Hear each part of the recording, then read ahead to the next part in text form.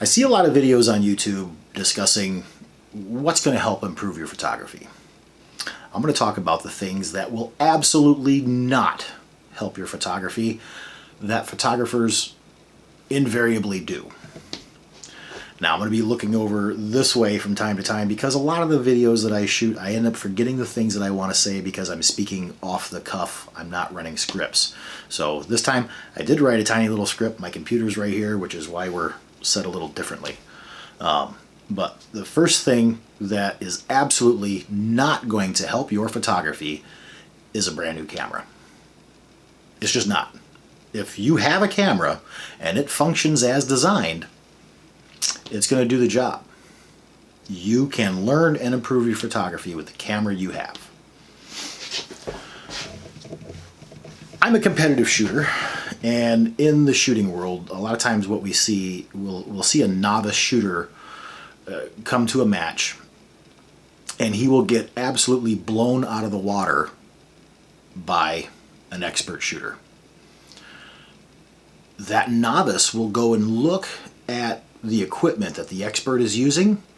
He'll make notes of all of the Buck Rogers bolt-on bullshit that this man has strapped to his rifle. And he'll go and buy all of those things. And he'll come back the following month and he will get mopped up again by that same expert, and he's sitting there wondering why. The reason he's wondering why is because he doesn't realize that that expert has spent decades honing his craft. He spent thousands and tens of thousands of rounds in practice between matches to bring up his skill set. All of the gee whiz bang shit that he's got attached to his rifle is giving him a modest or marginal edge against other competitors on his level. So when the novice goes and spends all of his money on the equipment, it's not helping him in the least. He would be better suited to follow the process that the expert applied, shooting thousands of rounds in training, competing, getting out and doing all those things to bring up his skill set and worrying about the gear later, because that expert is shooting up to the capabilities of his rifle. Only when he's mastered the rifle is he adding all of the extra stuff. Master your camera before you go buy all of the bolt-on Buck Rogers bullshit. We have the same thing in photography. A well-composed, properly exposed photograph created with a Canon Rebel and a kit lens is going to outshine an amateurish snapshot created with a Hasselblad and a razor-sharp lens every single time. There's a big difference between being outclassed and outspent. The second thing that is absolutely not going to help your photography are presets purchased from other photographers. Mind you, I've purchased presets. I've purchased them in the past, and I'll probably purchase them in the future. The beef that I have with a preset is that too many novice or even intermediate photographers will use a preset as a crutch. They'll have a mediocre or shitty photograph and they'll slap a preset on there thinking that they're going to rescue that picture. It's the 2023 equivalent of, oh, just make it black and white and it'll be avant-garde. That's just not the way it works.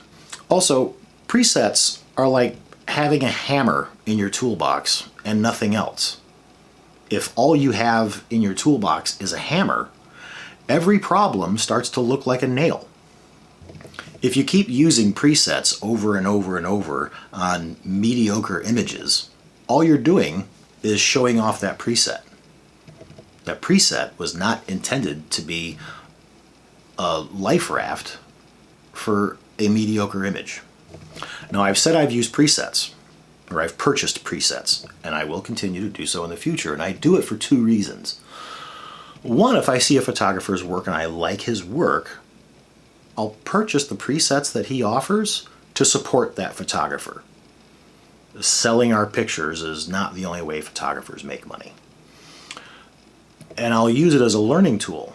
I like his work. Let me see how he does it. What's his process? And I'll open up that preset and I'll look and I'll see where the sliders are set and what the changes were made. And I'll use that as a stepping stool for my own style. Those sliders are not etched in stone. You can move them about. You can make your own from somebody else's preset. It's a tool. It's a learning device. It's not a crutch. The third thing that is absolutely not going to improve your photography is social media. It can and it cannot. But what I mean by this is consuming more than you create. Whether it's scrolling Instagram, posting and commenting in a Facebook group, or watching a YouTube video, you should spend more time afield with your camera applying the things that you've learned than you do consuming all of those things. Consuming too much photography on social media, it can actually be detrimental to the morale of the beginning photographer. I wish more young artists, and when I say young artist, I don't mean chronologically. You can be an 18-year-old novice photographer and you can be a 50-year-old novice photographer, and that is what I mean by young artist.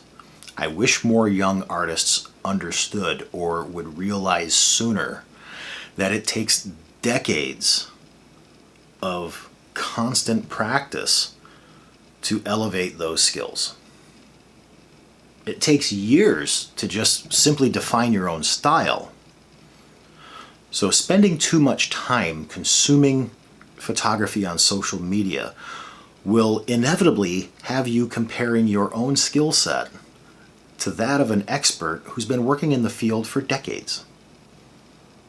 And then you end up with this deep-seated imposter syndrome that is difficult and sometimes impossible to recover from. Spend more time creating than you do consuming. The fourth thing that will absolutely not help your photography is focusing on the result. And this goes back to what I was saying about comparing yourself to the experts. You might want to go and learn a lighting setup from a photographer, and you're so dead focused on the result. Well, this is the look I want. But you're not thinking about what you have to do to get there. The process is more important than the product. The result comes from the process. If the product determined the process, you don't have creativity, you have a production line. That might be fine for Olin Mills and Life Touch, but we aim to be better. The fifth thing that will absolutely not help your photography is dreaming over doing. You might have the greatest ideas in your head, but you will never bring them to life if you don't peel yourself off the couch. You might be the next Edward Steichen or Annie Leibovitz, but until you get out there and try, you'll just be Joe Schmo.